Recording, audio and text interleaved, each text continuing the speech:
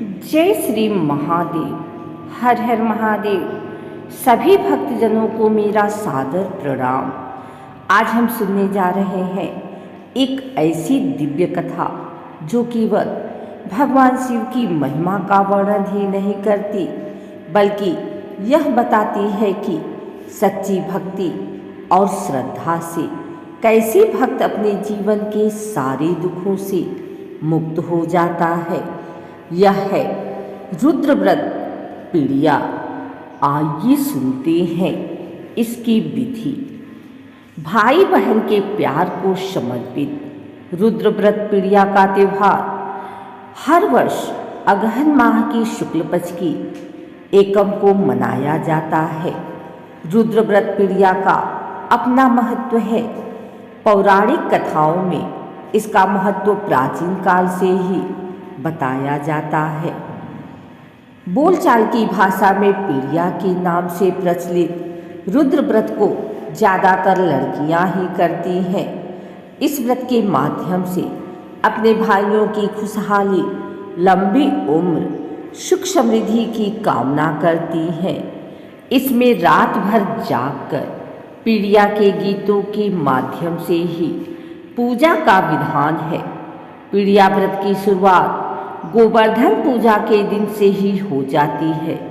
गोवर्धन पूजा के गोबर से ही घर के दीवारों पर छोटे छोटे पिंड के आकार के व लोक गीतों के माध्यम से पीड़िया लगाई जाती है। इस दौरान लड़कियां घर की बुजुर्ग महिलाओं से अन्नकूट से कार्तिक चतुर्दशी तक छोटी कहानी व कार्तिक पूर्णिमा से अगहन अमावस्या तक सुबह स्नान कर बड़ी कहानी सुनती है।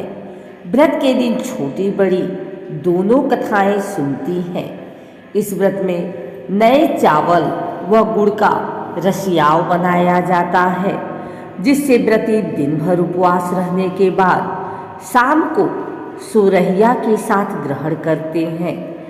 भाई की सलामती के लिए सुरहिया धान निगलने की परंपरा है। सुरहिया धान निगलते समय महिलाएं किसी और दूसरे की आवाज़ नहीं सुनती हैं। कहते हैं आवाज़ सुनने के बाद इसे नहीं निगलना चाहिए, यह व्रत खंडित हो जाता है। आइए सुनते हैं पीड़िया व्रत की कथा। यह व्रत स्वयं महादेव ने पार्वती माता को बताया था और इसका पालन करने से जीवन में सुख समृद्धि और संतोष की प्राप्ति होती है। तो आइए मन, वचन और कर्म से हम शिव नाम का स्मरण करते हुए इस पावन कथा का श्रवण करें। ओम नमः शिवाय। प्राचीन काल की बात है। हिमालय की गोद में स्थित कैलाश पर्वत पर एक दिन माता पार्वती ने भगवान शिव से पूछा, हे नाथ, आप साक्षात त्रिलोकनाथ हैं, जगत के सृजन और संहारक हैं, फिर भी अनेक जीव जन्म जन्मांतर के दुखों से पीड़ित रहते हैं। कृपया ऐसा कोई व्रत बताइए जिससे मनुष्य अपने पापों से मुक्त होकर आपकी कृपा पा सके। भगवान शिव मुस्कुराए और बोले, देवी, तुमने अत्यंत कल्याणकारी प्रश्न किया है। जो मनुष्य जीवन में कष्टों से पीड़ित है, जिन्हें सफलता नहीं मिलती या जो बार बार रोग, ऋण, क्लेश से ग्रस्त रहते हैं, उनके लिए एक अत्यंत पवित्र व्रत है रुद्र पीड़िया व्रत। जो इस व्रत को श्रद्धा और विश्वास से करेगा, वही अपने जीवन के समस्त पीड़ा, रोग और संकट से मुक्त हो जाएगा। माता पार्वती ने विनम्रता पूर्वक पूछा, प्रभु, इस व्रत की क्या कहानी है? तब महादेव बोले, देवी, ध्यान पूर्वक सुनो। एक समय की बात है, अवंती नगरी में एक ब्राह्मण दंपति रहते थे। शिवदास और उनकी पत्नी सत्यवती दोनों अत्यंत भक्ति भाव से शिव की उपासना करते थे।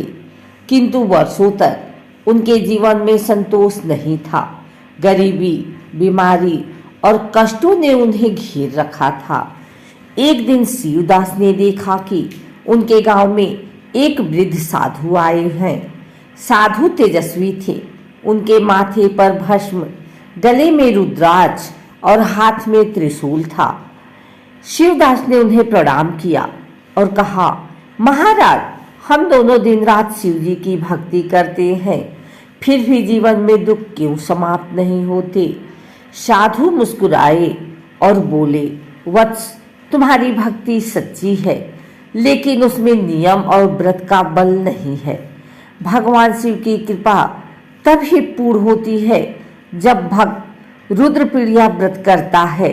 यह व्रत हर वर्ष अगहन मास के एकम के दिन किया जाता है।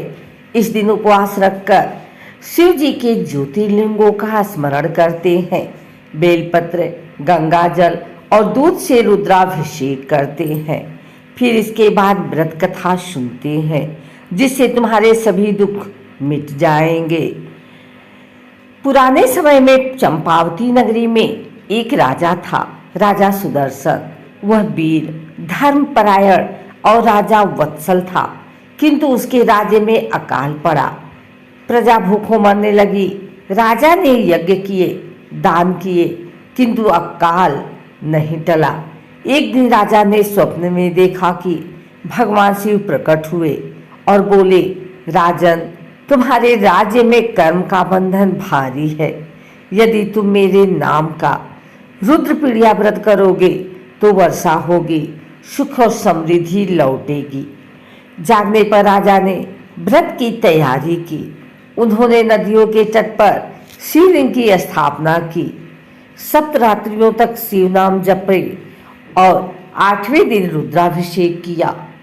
व्रत की रात्रि में उन्होंने गरीबों को भोजन कराया, ब्राह्मणों को वस्त्र दान किए और स्वयं उपवास रखा। अगले दिन आकाश से बादल घिरे, मेघ बरसे, धरती हरी हो गई। राजा ने नतमस्तक होकर कहा, हे रुद्रदेव, आपके व्रत से मेरे राज्य का उद्धार हुआ। भगवान से बोले, हे सुदर्शन, जो भी मनुष्य श्रद्धा से यह रुद्रपीड़िया व्रत करेगा, उसके जीवन से पीड़ा सदा के लिए समाप्त हो जाएगी। उसका शरीर रोगों से मुक्त रहेगा, घर में दरिद्रता नहीं रहेगी और कुल में सौभाग्य की वृद्धि होगी।